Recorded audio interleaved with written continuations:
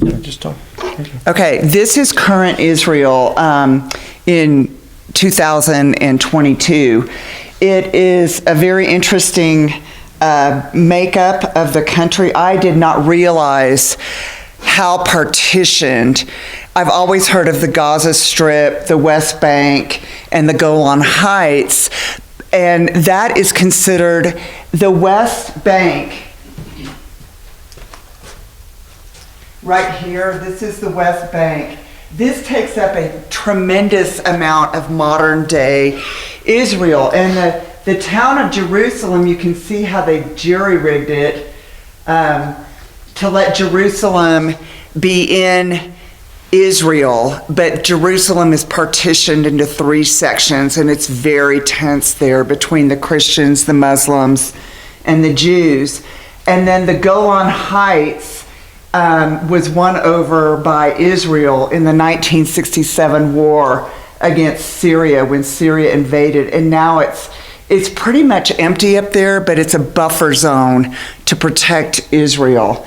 And then down here, the Gaza Strip was invaded by Egypt in the 70s, and the Gaza Strip was given also as kind of a protected zone.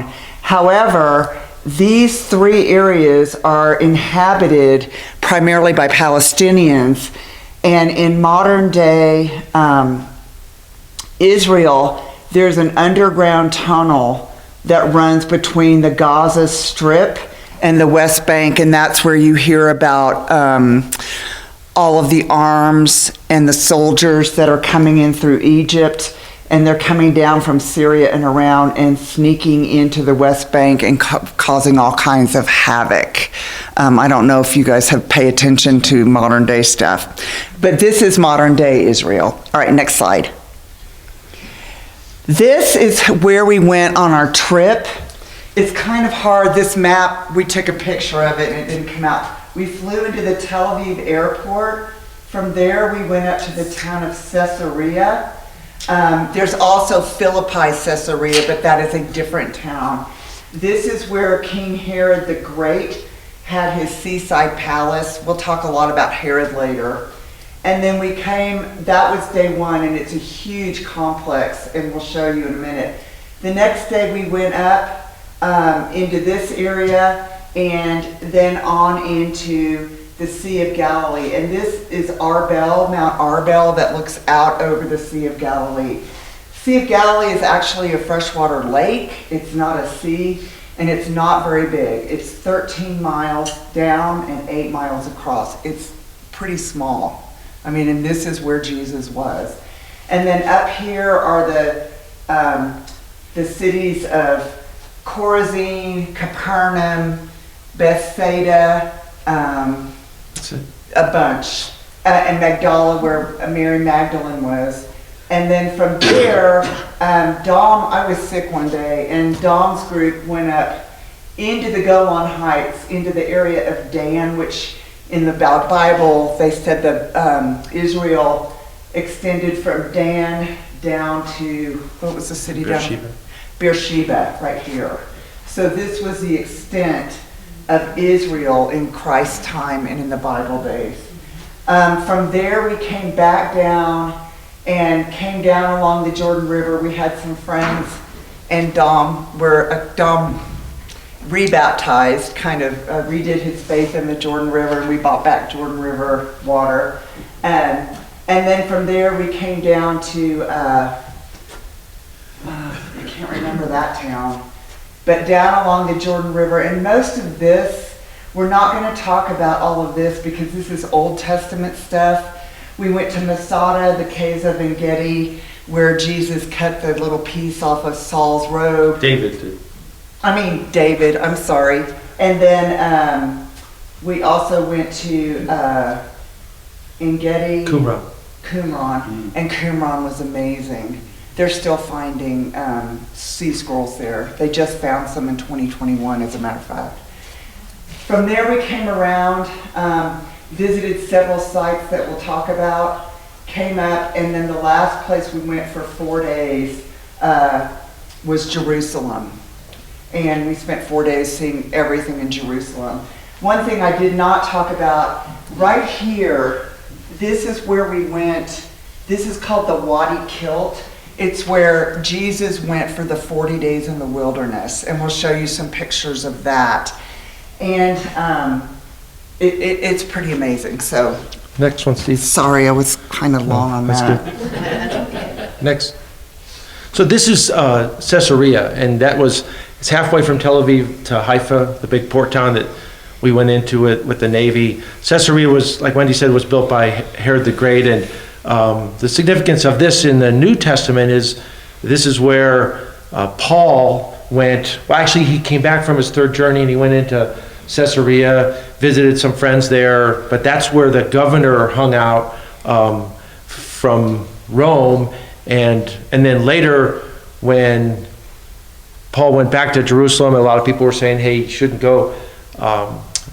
They tried to kill him. They wanted to take him into, they just wanted to, this was all the Jews, the Sadducees and the Pharisees. And so he claimed his status as a Roman, was taken to Caesarea, was held there and interviewed by Felix and Festus and Agrippa. And there's all kinds of kings and governors from both sides that were talking to him, but mostly to keep him from being killed by the Jews. And then he was held for 2 years as sort of a favor to the Jews to keep him from going back to Jerusalem and spreading all of this Christianity stuff. So Paul was held here for a long, long time. And there's also suggestions that maybe Mary and Joseph, when they returned with baby Jesus after they escaped from Egypt, came through Caesarea. But this is a palace, and this is a racetrack, a praetorium that they hippodrome, where Herod watched chariots tear each other up. So the chariots were able to run on paved roads? It was a oval. Is that paved or is that dirt? Dirt. It's dirt. Okay. But back then it might have been marble. I don't know. We had hundreds and hundreds of pictures, y'all, and right over here is a giant castle. I mean, it was so well preserved, but we had to just. It's come and gone, and there's a port, like a fishing kind of village. You see off to the left, Steve. Next one, please. And the signs of the Roman involvement there, when they used this as this city of administration and governing of Judea, they had brought in aqueducts. It's absolutely remarkable, some of the things that have been recovered by the archaeologists. Steve, please. Okay, this is a roadside tomb from the 1st century, and we were on the bus, and our guide, Charlie Dyer, Dr. Dyer, said, this is one of the most well-preserved tombs, and it's just off the highway, so we all stopped and took a picture. But this is exactly a 1st century tomb. And the 1st century tombs were very interesting. Only the wealthy people had them because they had to drill out into the cave. And there were usually 2 or 3 rooms in the cave. And the first room was where they prepared the body. And then back in the second room, there would be like benches, and they would lay the bodies of the families on these 3 benches. And once the bodies decomposed and turned into skeletons, they would put them in like sarcophagus boxes and put them on the floor. And then they'd use those benches to put the other family members. And so they would have huge numbers of people in these 1st century tombs. So. This is Mount Arbel, which is when we went up to Jerusalem, the Sea of Galilee. We stood on this mountain right up here and looked out. And this is the northeastern section of the Sea of Galilee. And right below us is Magdala, where Mary Magdalene was from. You go a little ways, Capernaum, Chorazin, and Bethsaida are right here, and that's called the Evangelical Triangle because it's where Jesus did most of his miracles. All this is only like 4.5 miles. It's so tiny. And that really struck me because I was like, I could just go jog this whole thing. in an hour. And I always thought of the Bible as being so spread apart. Also, you can notice it's very lush up here. This is in the northern section, and this is not what I imagined in my mind. I imagined the wilderness. But up in this northern part of Israel, it's very, very lush. And it was also one of the most wet and verdant springs they've had in quite a long time. So Andy Wildman, my thing just fell apart.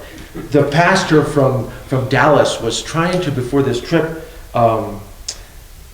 evangelize to this country club group. And they were in Dallas, and he was trying to get all these old guys to come on this Israel trip. And because they were a country club set, they really upscaled the hotels. And it turns out that the only two guys for the country club that came were already really strong in their faith, and we all benefited then from these 5-star hotels that were along the way. And this is a view from our hotel, and we were up on, there was these little 2-story units, and we had a balcony looking into the west. You can see the sun setting over the Sea of Galilee. Just remarkable. It was so nice. But anyways, Steve. So the Sea of Galilee sitting down there in that bottom, is that why it's so stormy? I mean, the storms are coming. Well, in the wintertime, it gets crazy windy. We went across the Sea of Galilee in this boat, and it was glass calm. But it churns up really, really fast. Interestingly, the Sea of Galilee is like 800 feet below sea level. Anyways, the water there can be extremely turbulent at times. We were fortunate because it was dead calm, and you could picture that's how it was maybe after Jesus calmed it down. But they said the squalls are horrible. Yeah, especially in the winter time. So we went from the hotel. We went down to the south. So we were on the east side of the lake, and we took from En Gedi over to Magdala, this town just below Capernaum, in this boat. And it was 45 minutes, and it was beautiful. And you could sit there and contemplate as we cruise along the miracles that Jesus performed there with the nets a couple times and walking on the water, and just the beauty of the area was really remarkable. It's not that far from the coast, so the haze is still sort of significant. Yeah. And there was another boat going by. So they do these tours back and forth. And I think that's it of that. Into Capernaum, when? Okay, so this is the main city of Capernaum, where supposedly Peter and Andrew were from. Andrew a little bit further north, but this is a picture of the first century synagogue, and we'll get a better picture in a minute. The stone that they used was mostly basalt, and each one of these, they're tiny. This is a house. That's how big the houses are. And it shocked me. They're the size of like our master bathroom. And that's where the average people lived. And they were teeny. I mean, teeny tiny. We can't even, I was struck by that, and I was like, man, this is how the average person lived. So anyways, the synagogue was up by itself, and then the town comes way down here, and they haven't even excavated like over here and over here. One thing that struck Dom and I was like the whole country of Israel is nothing but an archaeological dig. You have the Assyrians, the Babylonians, the Romans, the Jews, the Canaanites. I mean, and it goes back thousands and thousands of years, and every time you dig something, you find, they just found the city of Magdala, where Mary Magdalene was from, about 2006. They were going to build a hotel on the Sea of Galilee, started digging, and there's the town of Magdala. I mean, all this is still happening, and it's so exciting. Next slide, please. This is the first century synagogue that probably Peter and Andrew worshipped in, and Jesus probably did too, because he performed miracles. And they said he performed a miracle in the synagogue at Capernaum. And there were the three cities the three villages, they weren't really cities, Capernaum, Chorazin, and Bethsaida. And in the Synoptic Gospels, they talk about the healing of the paralytic. Jesus healed Peter's mother in this town when she was sick with fever, and he also healed a blind man. So a lot of his miracles were in these three towns, and Jesus, it's pretty accepted that he worshiped and did the miracle in this synagogue. So I thought that was so cool. All right. This is the synagogue. This is the town of Capernaum, and this Jetsons looking building is a Roman Catholic church that is seated over the town of Capernaum and directly over St. Peter's house. And we noticed in the Roman Catholic, Greek Orthodox, and some of the other Catholic, the Armenians, the Russian Orthodox, all those Orthodox types of church denominations, they like to build shrines and churches over holy sites. So everywhere we went, and you'll see, everywhere we went in Israel, there was like a church sitting on top of the ruins. And Dom, you can talk about this. Well, we rode there 35 years ago on our bikes. That spaceship thing wasn't there.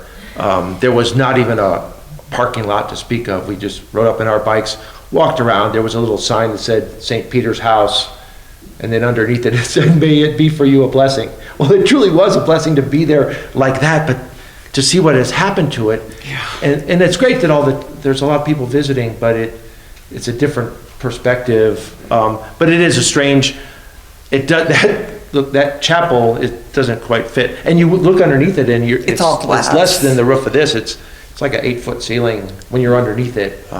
But anyway. And none of this has been excavated, and none of this. So the town is much larger than it looks, but they don't have the money to excavate everywhere you look. So Okay, Steve. Next. Just as a quick aside, we were just in Ireland, and there's a lot of, not that old ruins, but there's a lot of ruins, and they have no shelter on them, and they have no roofs on them, and they are completely decaying, they are washing away. Yeah. And there will be a time where these old things are gone, because they're not preserving them at all. So even if it's kind of, hurting the characteristic of it, at least it's preserved. Here, this is with all the stone, the excavation is revealing what was there, and I think that will withstand it for a long time. I don't Plus think the climate. they're not doing it for protection. They're doing it for veneration and to build something even more dramatic. in honor. But from Capernaum, we went up, and now picture yourself on the northwest coastline of the Sea of Galilee, and there's these beautiful green hillsides, and that's where the Sermon on the Mount was, the Beatitudes that we read about. And so there's 8 Beatitudes, right? And there's this church that was built early in the 1900s by the Italians, and it's an 8-sided chapel.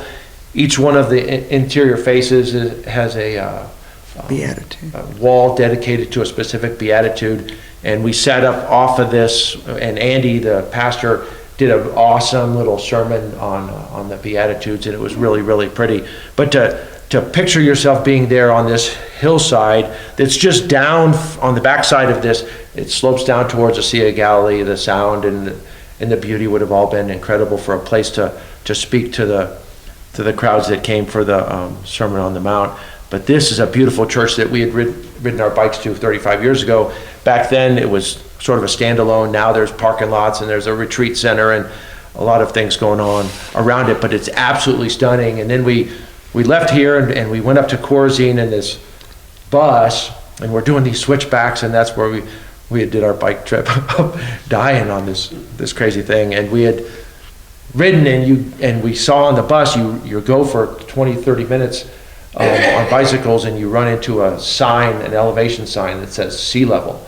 And you've been climbing for quite a while. But this was absolutely beautiful, where Jesus did this sermon. And We got behind it, like Dom said, on the hill, and then I could kind of imagine Jesus on this beautiful sloping hill, because when all this is there, I have a hard time like envisioning. Yeah. Steve, please.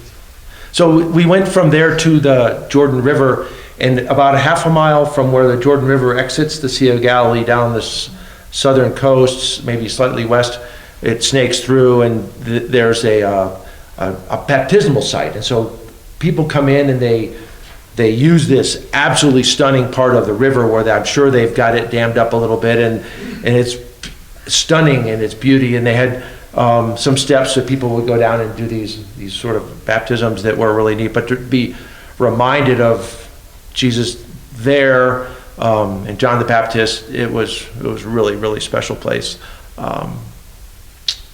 Okay.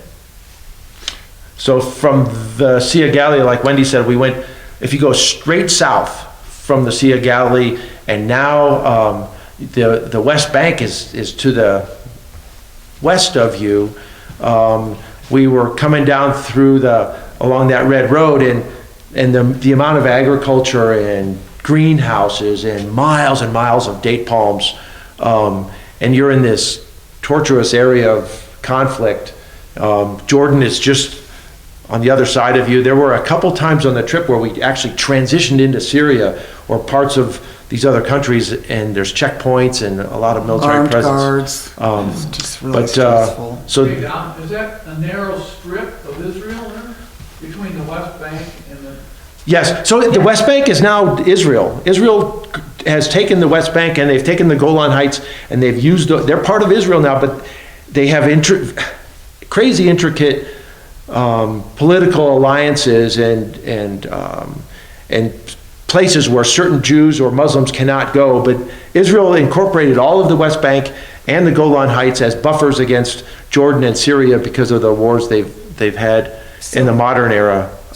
So this was the original 1947 partition, and the white part and the gray part now is where all the Palestinians live, and the Jews have kind of, like Dom said, come in.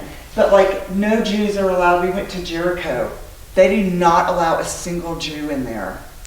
And we went to see the ruins at Jericho, and they won't allow anybody Jewish in there. So it's weird. And like Dom said, they're really easy with tourist bus because we're spending lots of money, and they want your money whether they're Palestinian or Jewish.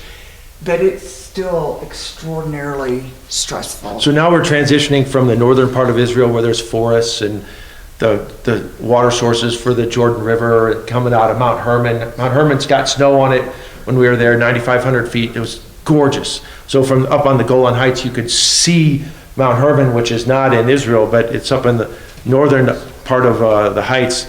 And then that water flows all the way down. But now we're transitioning into like Texas desert on the way to Arizona desert.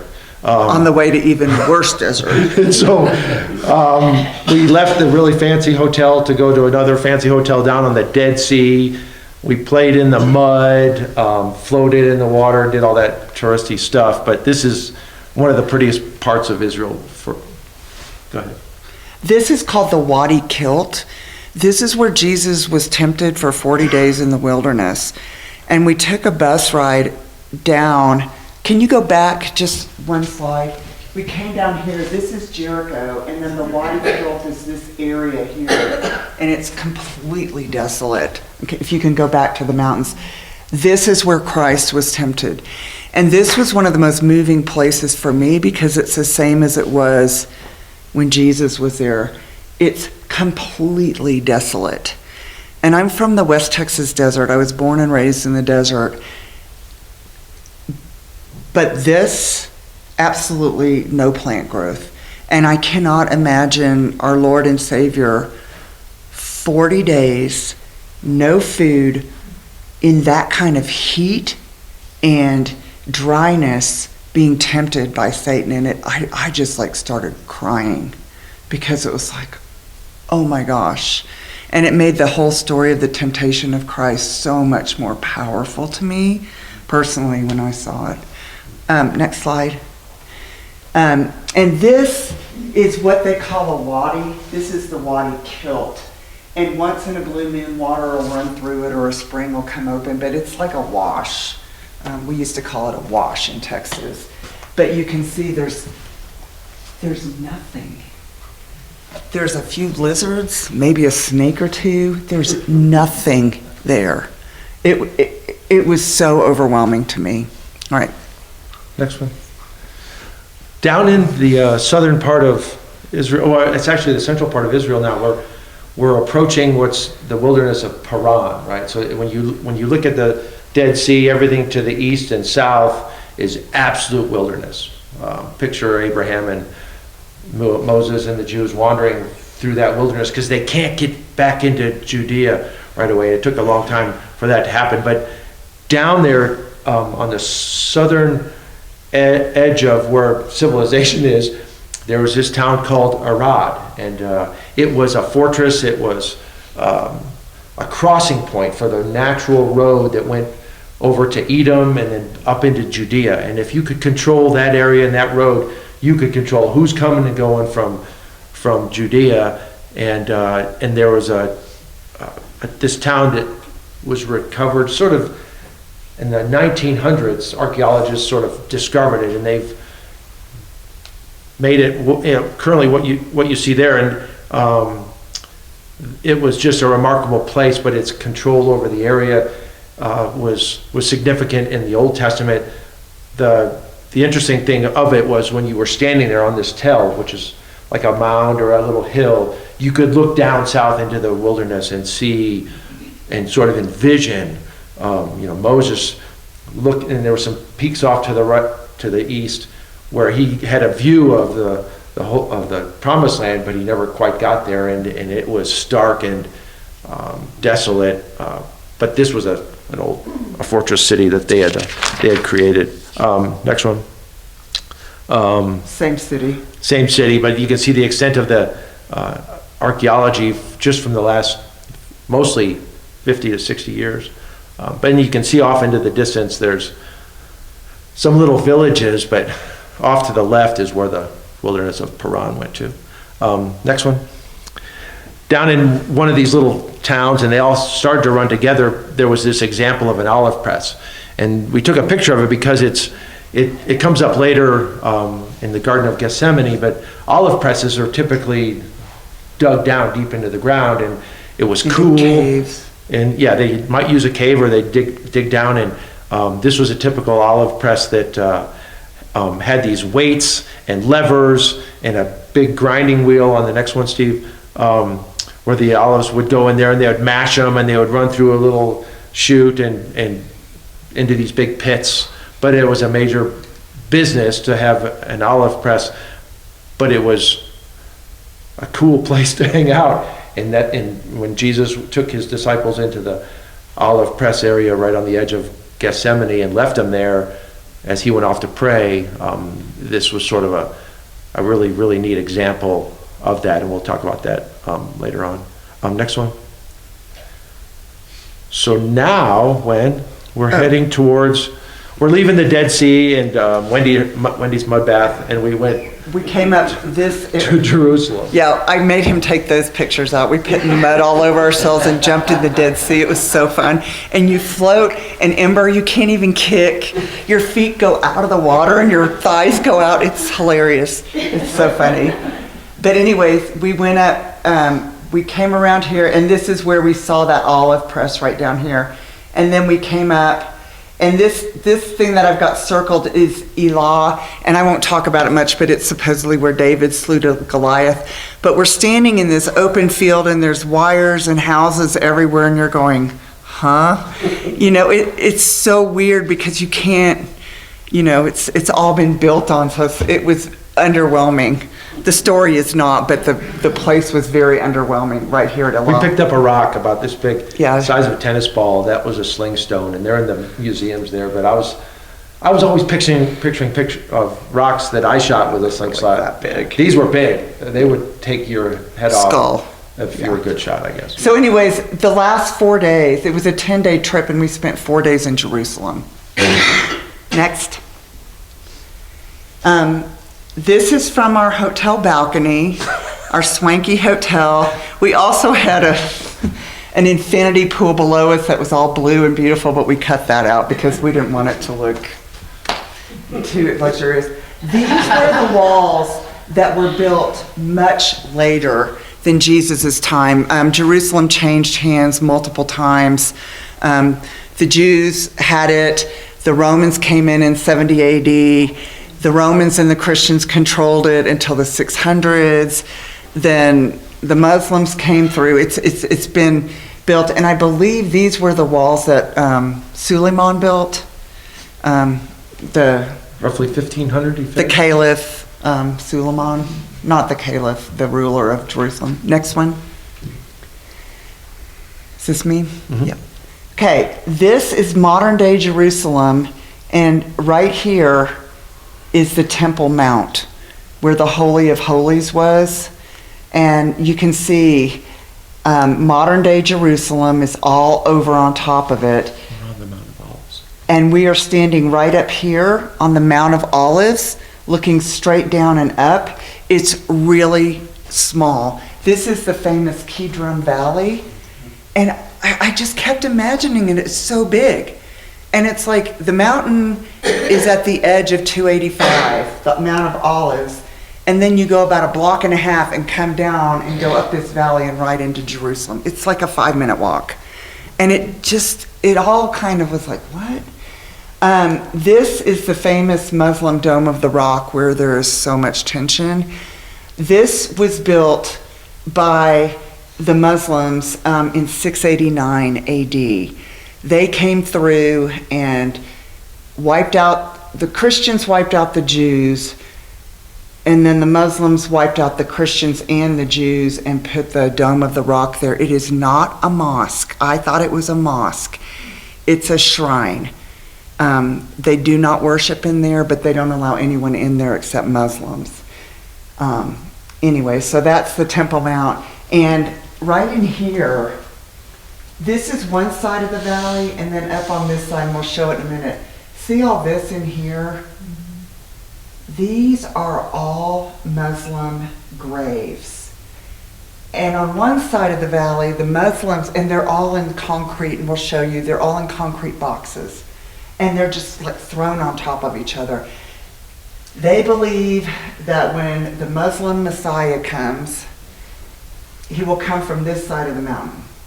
The Jews, if you go to the next slide, this is on the Mount of Olives looking down, and see all these boxes? These are all concrete graves. And they believe that the Messiah will come on the Mount of Olives, and they want to be lifted with him. So you have the Jews over here, Kidron Valley, and all the Muslims over here, waiting for the coming. It's so weird. Steve? It was eerie to me. And so this picture shows, off to the left is the old city of David, and the southern. So right in here, there's an area of 5 to 10 acres that was the old city of David, and there were steps that Jesus was going to be carried up by Mary and Joseph to be dedicated up into the city through the southern steps. But then the walls of Jerusalem were made so much larger. Steve, please. This was my mood, standing on the Mount of Olives, and there was a church there called Dominus Flavit, and in Latin that means the Lord wept.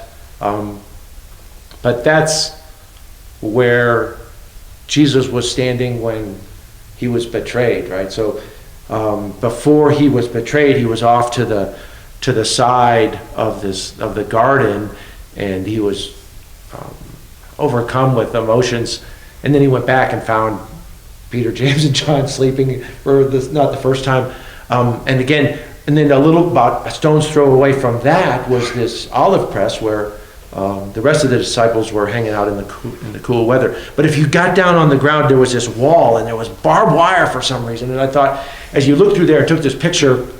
To me, was indicative of what's going on in Jerusalem. And what was going on then.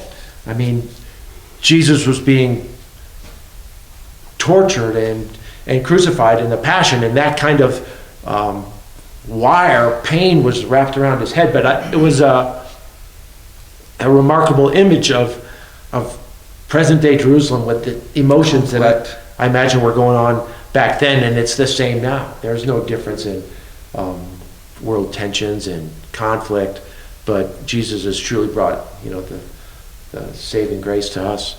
But I thought it was a neat picture. This is Dominus Flava, this little chapel. It's a Catholic church that was built on that spot. So if you can picture, this is right where Jesus went by himself to pray, and then back to the left was the Garden of Gethsemane, full of olive trees, and then another 50, 75 yards to the left of that was the olive press, all really very close together, and you're on the Mount of Olives looking down into the Kidron Valley, Steve. So you go inside that little chapel, and you can put the cross on top of the Dome of the Rock, and it feels supreme over that. Guess who took that picture? So, to me, it was like a gun sight reticle in an airplane. So my friend Brad and I, we were trying to take pictures of who could take the best gun sight picture of the Dome of the Rock. And it truly wasn't like that bad, but it was. They were like, let's line the paper up. And I'm like, you guys. Steve, as you left that Garden of Gethsemane area and you were just walking along to get back to the bus with all the Texans, there were these typical tombs. And this was a tomb that actually was dug down into the rock. And other tombs took advantage of a cliff face and maybe a partial cave, and they would dig into that. But it was just a typical first century tomb. And there's the garden. The beauty of it is absolutely remarkable. And the trees are olive trees. They're over 2,000 years old. So those were there when this is Christ yours. was there. Next one, Steve. Okay. No, you can't play with that anymore. Okay. If you go back to the olive trees. If you go from here and then walk down here about 50 yards, there's an olive press. And if you go back to the olive, it's a cave, and this is where Jesus and his disciples supposedly slept a lot. When they would visit Jerusalem, this is where they hung out, and they would go down into this cave and sleep. And this was an old olive press. And of course, the Catholic Church has turned it into a church because that's, they want to honor Jesus. But it was really cool, and you can imagine the disciples sitting around, talking and eating and sleeping in this cave out of the elements. Next slide. On the outskirts of Jerusalem, Herod the Great built this Herodium. He took a peak, a mound, a hill, and created a palace on top of it for a place that he could be interred after he died. And so there was an upper palace at the very top. Steve, next one. That he had as his personal residence. He built this mausoleum that was carved into the mountain deep inside, like a pyramid almost, but it was hidden.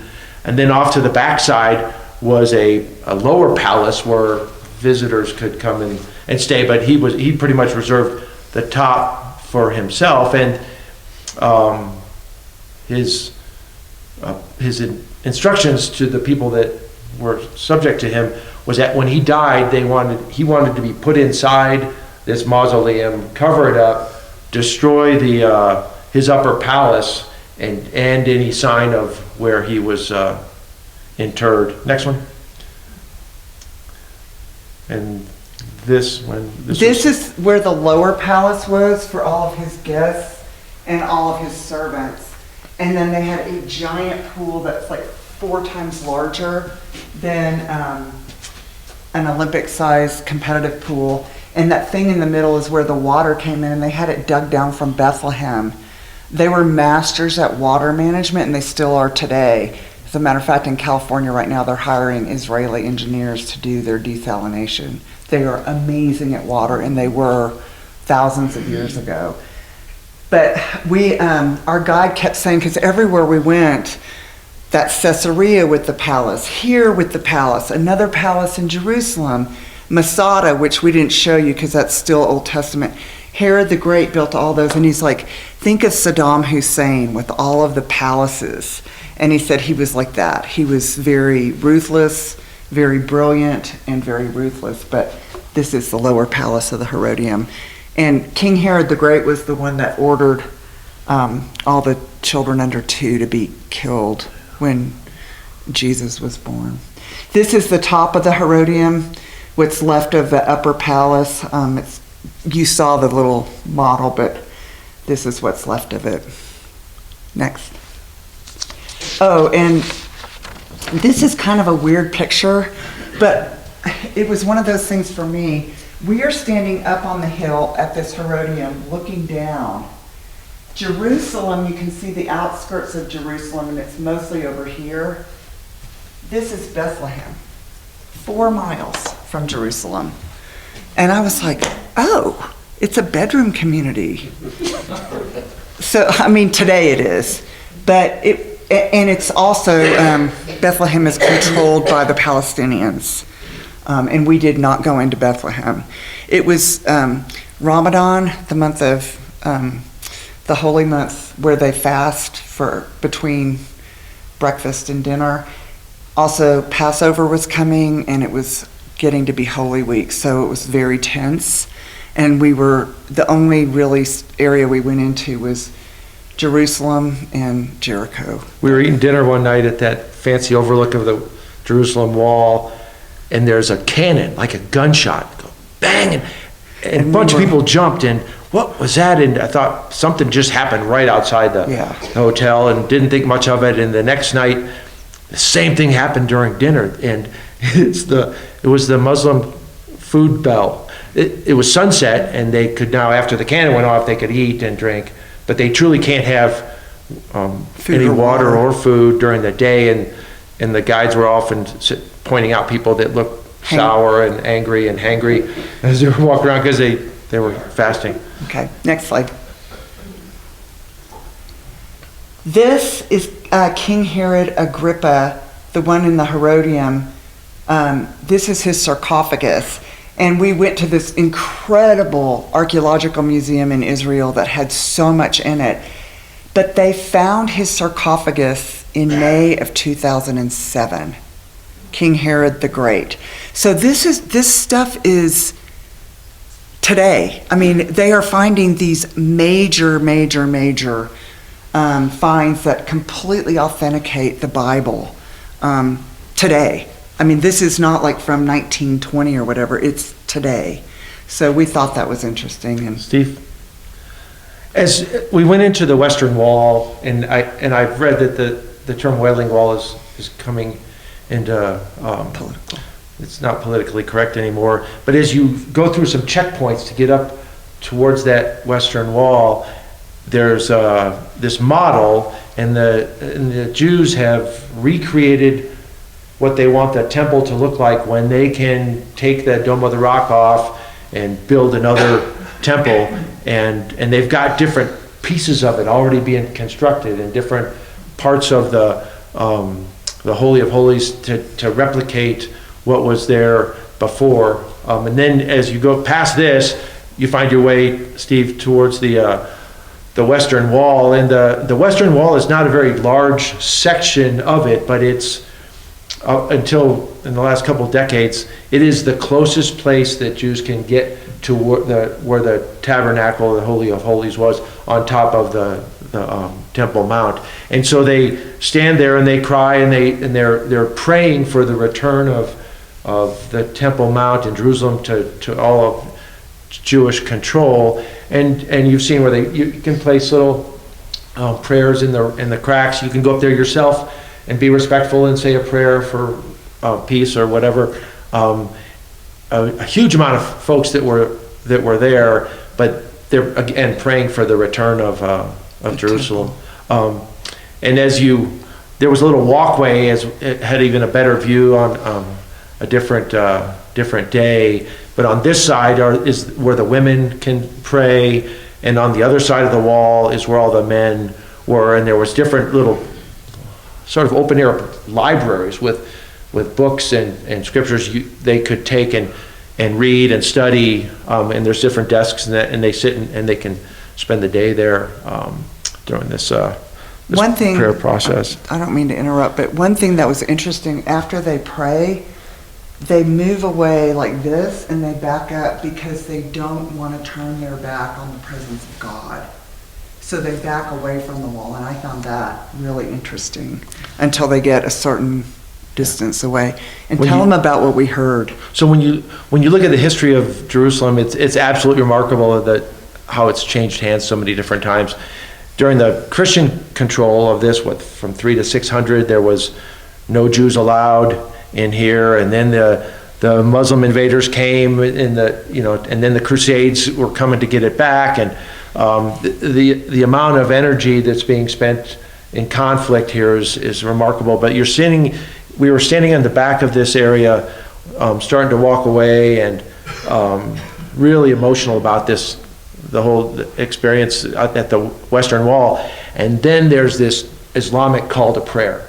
And there's these mosques are all around, and with the minarets. And the kind of mournful like horns and then voices and you get this sense of just social conflict and hatred and war, and it was powerful. And we both remarked it was so to each other overwhelming. It was like you're at the powder keg of humanity right here. So this is yours. These are the southern steps going up, and we'll show you in a little bit a model of all of Jerusalem before it got destroyed. But there was a huge gate to go into the city here, and these are the southern steps where Mary and Joseph took Jesus to be circumcised and presented when he was 8 days old. And who was the elder man? I'm losing my mind. Simeon was on, this is where they met Simeon, on these steps. So we sat there for a few minutes and contemplated Mary and Joseph carrying their baby up these steps. And it was pretty overwhelming, for me at least. Steve? So we know that the temple was destroyed by the Romans in 70 AD. It was predicted and it happened. And they just came in and they just destroyed Solomon's temple. And this is the rubble. They just started destroying it and throwing it over the mount.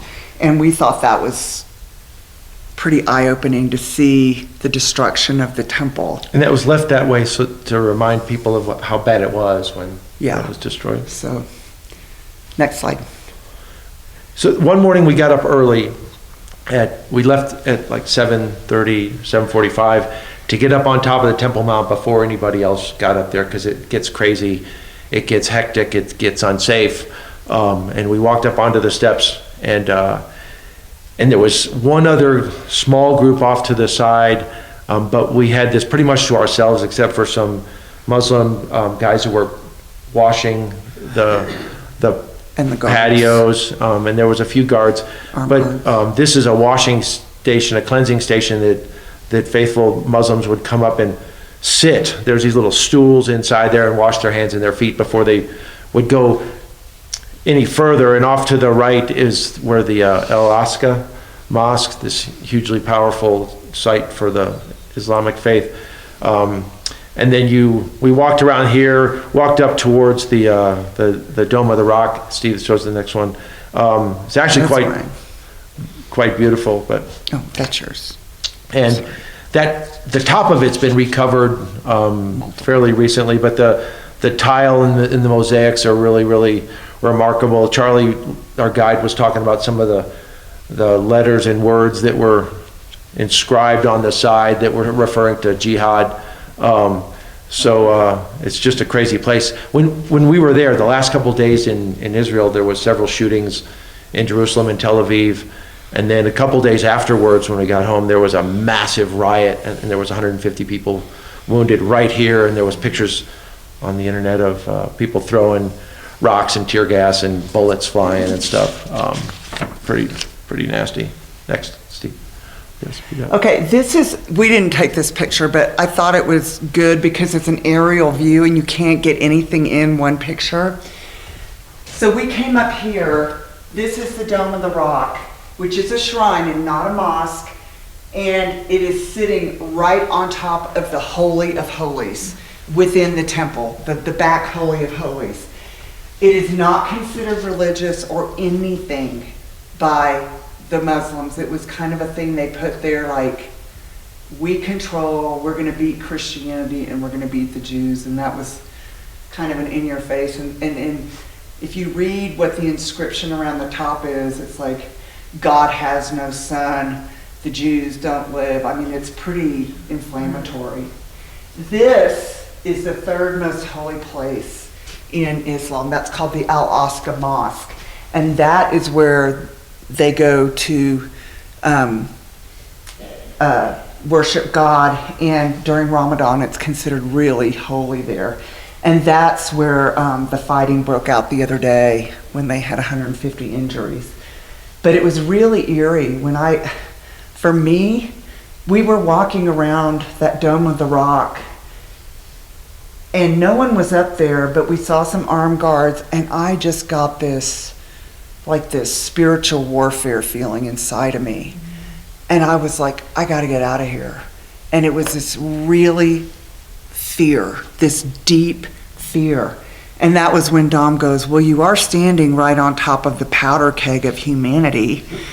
Because the Muslims feel that Muhammad was lifted up on this mount somewhere to have a visit with God and had been transported directly from Mecca here. The Jews feel like the Holy of Holies is there, and also the birth of the Jewish kind of religion. So it's really, really stressful. Steve? For me. Hey, Don, before you go, is that where they march around that during Ramadan? Is that where they, thousands of people? You're thinking of Mecca. Oh, Mecca, that's right. That's Mecca. Yeah. There are thousands of people that go up there to pray, though. Yeah. So, you want to do this? You want me to do it? I'll do it quick. This is the Valley of Kidron again, and this is a current Palestinian neighborhood, and these are first century tombs that they just built right on top. Weird. But we're standing at the Pool of Siloam, and next one, Steve. It's down in the bottom is where Jesus performed a miracle with the blind man, right? Mm-hmm. Outside of Jerusalem. And this is from the old city of David, going up those steps in that curving road up towards Jerusalem. That entire walkway now is mostly buried, and they've got a tunnel, and they're excavating the steps. Next. And that's where they just found the Mary steps. and Joseph walked up with Jesus towards Jerusalem. Absolutely amazing. This is the Church of the Holy Sepulchre, and when you look at the history of this area, I am absolutely blown away with trying to keep track of it all. But this is where most people say that Jesus was crucified and was entombed and rose. And it was destroyed by several different opposing groups coming back and forth. Constantine, right, in was it year 300, sent his mother to this area to find Jesus' tomb. But what had happened before then, it had been filled in by marauders. Some crazy Roman governor guy that had destroyed the tomb, caved it in, covered it up. Now they've rebuilt this church that's controlled by 6 different Christian groups, and they all fight with each other. So if the Christians can't even get in working together over this place, I don't know what hope we have. But inside there's multiple chapels. There's like 6 small chapels inside. There's a chapel that's been built on top of where Jesus' body laid and where the tomb was. Next one, Steve. And that's been rebuilt multiple times. The church laid a huge marble slab over where Jesus' body supposedly was laid, but it's a real stretch. Next one. And there's an entrance into that spot where the tomb was. There's lots of questions about where Golgotha and Calvary and the crosses were placed for the crucifixion. And there's another site that claims ownership of the right spot. What we were constantly reminded of was that does it really matter? There's big churches. We know that Jesus rose and was alive and is alive for us. So a lot of people fight about it, but the relevance of it is sort of questionable. Steve? Right there, inside next to where that last little chapel was, is this typical tomb. Nobody's suggesting that this is where Jesus laid, but you could go in and see where Wendy was talking about these stone kind of platforms where they let the bodies decay, and then 100 years later they would haul up the bones and prepare for the next family member to go inside. And the last picture is a model that is at the National Museum of Jerusalem, and the scale of it is remarkable. The walls around the temple there are a couple feet high, maybe 3 feet tall, so you can see the entire city of Jerusalem. We didn't get to see that at the beginning because of some scheduling issue, but it would have been nice to see that beforehand. But you can see off to the right those porticos. That's the pools of Bethesda, where the paralytic, the lame guy was healed by Jesus, and he was, the story of waiting for the healing waters to fix him. It didn't happen until Jesus showed up. And then off to the left is the old city of David, but inside the walls, what was the temple that used to be right where the Dome of the Rock is, on the right side of the temple walls, those 4 big structures were Roman soldier barracks that people would come in and out of. But anyways, that was our awesome experience, and it was powerful in many ways. It's amazing that when you go there and you see that, and you come back and you read and you study, that it makes it so much more powerful. Not to say that it creates your faith. I don't think that's quite possible, but it certainly makes it deeper and stronger, like we read about. But the trip was absolutely remarkable. We're very fortunate to have gone. I don't know if we'd ever go back. It's quite a stressful place, but it was nice to be home. But it was incredible to sit and read and talk about what we got to see there, and the beauty of it, and the relevance to our Christian faith is really amazing. I don't know if, Jim, we want to get going, or we can yap afterwards, I guess. But So we probably better go ahead and go on. Tracy had one. There's a lot of questions that people will have, like I want to know about the blood baths and so forth. But anyhow, I think Tracy had a quick question, and then we'll move on. Yeah, I mean, we know all of the anger surrounding the Muslims, right? But did you experience tension between Christians and Jews? Oh yeah. When you go from the Christian quarter to the Jewish quarter, and there's guards everywhere, the Orthodox and true The ultra-Orthodox. Hasidic kind of Jews never really smiled at you. They really don't care to interface with you. They're actually sort of rude at times. When you go into the Jewish quarter, the shop owners are happy because they want you to buy their stuff. But yeah, it was a strange thing, and they're just sort of another Christian tour group kind of acceptance, but it wasn't a warm, embracing thing at all. We didn't find that from the more secular Jews or the Reformed Jews, but the Orthodox Jews, they're very cliquish, and they just want to be, they don't like it's like they didn't like anybody, and it's really interesting. The men don't work. They read the Bible and they do study, and their wives work and provide for the families, and they have very, very large families, but it was very interesting. The only thing that we knew that they did was they worked the diamond industry. And we saw, they fly from New York to Belgium to Israel. But they're different and they're very closed. So. All right. Thank you so much for sharing.